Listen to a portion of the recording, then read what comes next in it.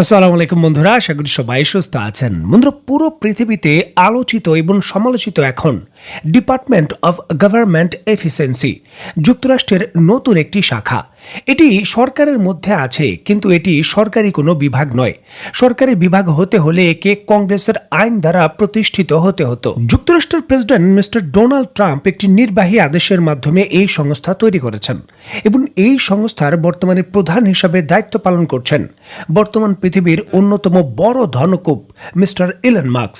যুক্তরাষ্ট্রের প্রশাসনের ভেতর অর্থনীতি থেকে শুরু করে সামরিক নীতি যতগুলো মন্ত্রণালয় রয়েছে, সকল মন্ত্রণালয়ই নতুন করে তৈরি করা এই ডিপার্টমেন্ট অফ গভর্নমেন্ট এফিসিয়েন্সির অন্তত 4 জন সদস্য করে কাজ করছেন এবং তাদের কাছে সকল রিপোর্ট দিতে মন্ত্রণালয়ের সকলে বাধ্য।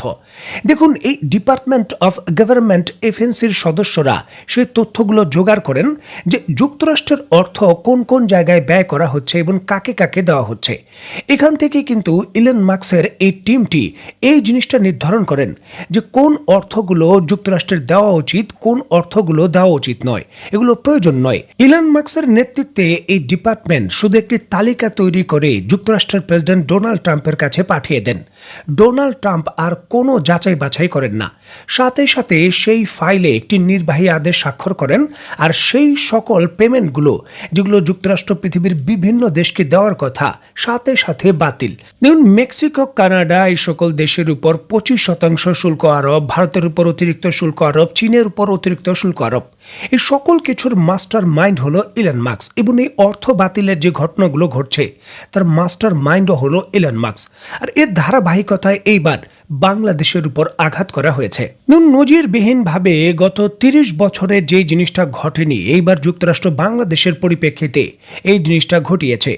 বাংলাদেশের গণতন্ত্রকে শক্তিশালী করার জন্য বিভিন্ন প্রকল্পে যুক্তরাষ্ট্র প্রায় 29 মিলিয়ন মার্কিন ডলার বাংলাদেশকে ফ্রিতে দেওয়ার কথা ছিল। এই পুরো যে অর্ডারটা ছিল, এই পুরো যে ফাইলটা ছিল, সেটা সম্পূর্ণভাবে বাতিল করে দিয়েছেন ডোনাল্ড ট্রাম্প। বাংলাদেশের এই 29 মিলিয়ন মার্কিন ডলার যে সহযোগিতা দেওয়ার কথা ছিল সেটা সম্পূর্ণভাবে বাতিল। আমি জানি যে এই খবরটি প্রকাশ্যে আসার পরই অনেক ভারতীয় ভিউয়াররা কিন্তু দাঁত কিলিয়ে হাসতে চেষ্টা করবেন যে বাংলাদেশের অর্থায়ন বাতিল হয়েছে। আসলে এত খুশি হওয়ার কিছু নেই, কারণ বাংলাদেশের শুধু 29 মিলিয়ন মার্কিন ডলার যে বাতিল করেছেন ডোনাল্ড ট্রাম্প, বিষয়টা এককভাবে এরকম নয়। ভারতেরও কিন্তু 21 মিলিয়ন মার্কিন ডলার অর্থায়ন বাতিল করা হয়েছে, যেটা যুক্তরাষ্ট্রের দেওয়ার কথা ছিল বা দিয়েছিল যুক্তরাষ্ট্র কিছু পরিমাণে। ভারতের যে ভোটার উপস্থিতি রয়েছে সেটা বৃদ্ধির জন্য এই 21 কোটি মার্কিন ডলার যুক্তরাষ্ট্রের পক্ষ থেকে দেওয়া হয়েছিল বা আরো কিছু দেওয়া হতো, সেটাও সম্পূর্ণভাবে বাতিল। এখন দেখুন, বাংলাদেশের এই যে অর্থায়ন বাতিল করা হলো, এই অর্থায়ন বাতিলটা কিন্তু বাংলাদেশের জন্য স্বস্তিদায়ক।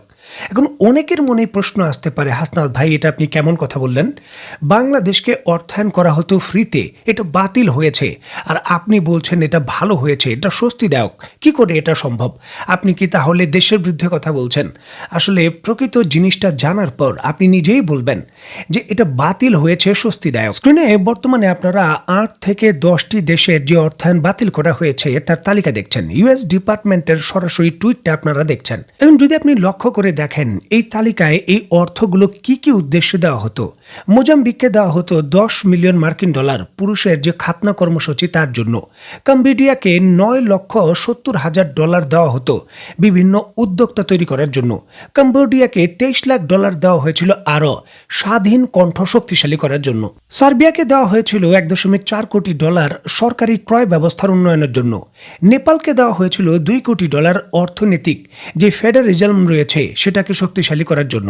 বিভিন্ন দেশকে বিভিন্ন প্রকল্পে অর্থায়ন করা হয়েছে, তবে বাংলাদেশকে এই 29 মিলিয়ন ডলার যে অর্থায়ন করা হয়েছে পরিষ্কারভাবে লেখা রয়েছে এটা হলো পলিটিক্যাল যে ল্যান্ডস্কেপ রয়েছে সেটাকে শক্তিশালী করার জন্য, বা আরো সহজ ভাষায় বললে বাংলাদেশের সরকারের পতনের জন্য।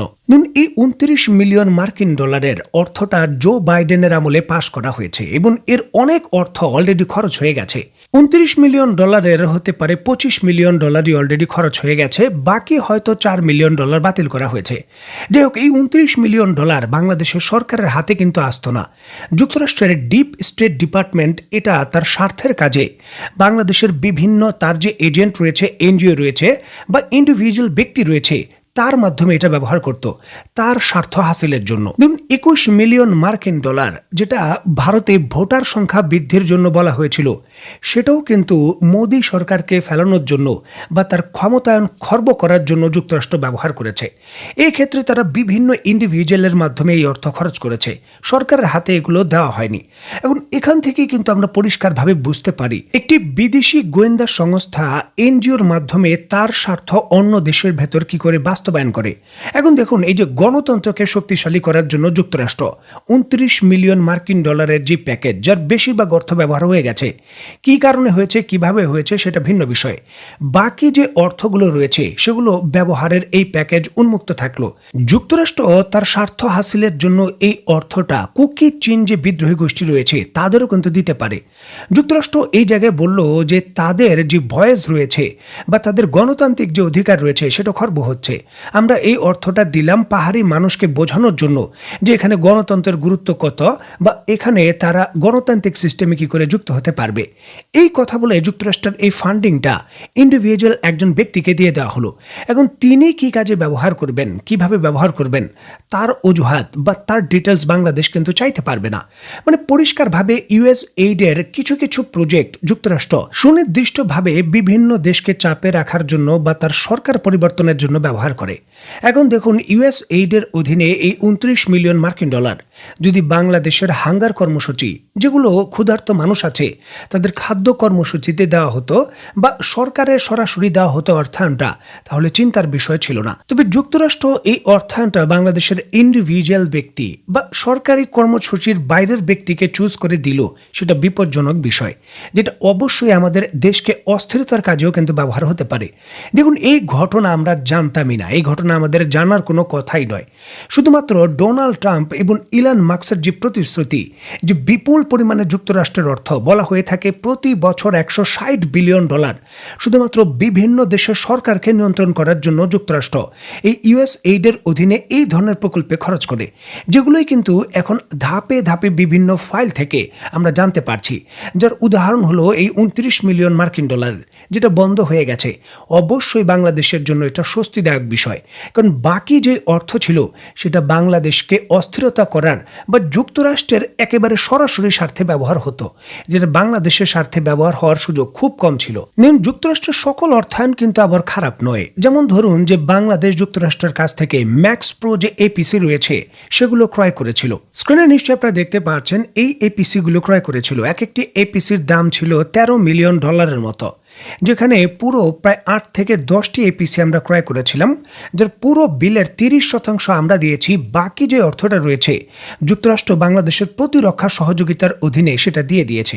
এখন দেখুন, এই ধরনের অর্থায়ন ভালো, তবে যদি যুক্তরাষ্ট্রের পক্ষ থেকে বাংলাদেশের সরকারের বাইরে ইন্ডিভিজুয়াল ব্যক্তিদের এই অর্থায়নগুলো করা হয়, সেগুলো কিন্তু বিপজ্জনক বিষয়। কারণ যুক্তরাষ্ট্র ওই সময় একটি মাস্টার প্ল্যান বাস্তবায়ন করে, যেটা আপাতত একটি ফান্ডিং বাতিল হয়েছে। আমি ব্যক্তিগতভাবে মনে করি যেটা ভালো জিনিস, কারণ বাকি যে অর্থটা ছিল এই 29 মিলিয়ন মার্কিন ডলারের, সেটা বাংলাদেশের অস্থিরতার কাজেই কিন্তু ব্যবহার করা হলে হতে পারত। ঢালাও ভাবে বলার হয়তো সুযোগ নেই, কারণ বহু এনজিও ভালো কাজ করছে, গরিব মানুষের উপকার হচ্ছে। তবে এই বিশাল ভালোর মধ্যে খারাপের সংখ্যাটাও কিন্তু কম নয়। যারা এই ধরনের বিদেশি ফান্ডিং এর অধীনে, তারা কিন্তু ওই সকল দেশের স্বার্থ পরিষ্কারভাবে বাস্তবায়ন করছে, যেটা এখন সরাসরি উন্মোচন করে দিয়েছেন ইলন মাস্ক এবং ট্রাম্পের সরকার। দেখুন, এইডের অধীনে বিভিন্ন দেশের অর্থায়ন কোথায় যাচ্ছে, বাংলাদেশে কি কাজে ব্যবহার হচ্ছে, সেগুলো কঠিনভাবে নজরদারি করার এখন কিন্তু সময় এসে গেছে। এটাকে উপেক্ষা করার আর সুযোগ নেই। যে জায়গায় যুক্তরাষ্ট্রই বলছে যে ওই অর্থগুলো খরচ করার দরকার ছিল না, এটা অন্য দেশকে অস্থিরতার কাজেই কিন্তু ব্যবহার হতো। তোমার অত্যন্ত গুরুত্বপূর্ণ এই বিষয়টিকে কেন্দ্র করে আপনি ব্যক্তিগতভাবে কি মনে করছেন, তা অবশ্যই কমেন্ট বক্সে লিখবেন। তো বন্ধুরা, আজকের মতো বিদায়। নতুন কোনো ভিডিও নিয়ে আবার দেখা হবে। সেই পর্যন্ত সবাই ভালো থাকবেন, সুস্থ থাকবেন এবং বাংলাদেশকে ভালোবাসবেন। আল্লাহ হাফেজ।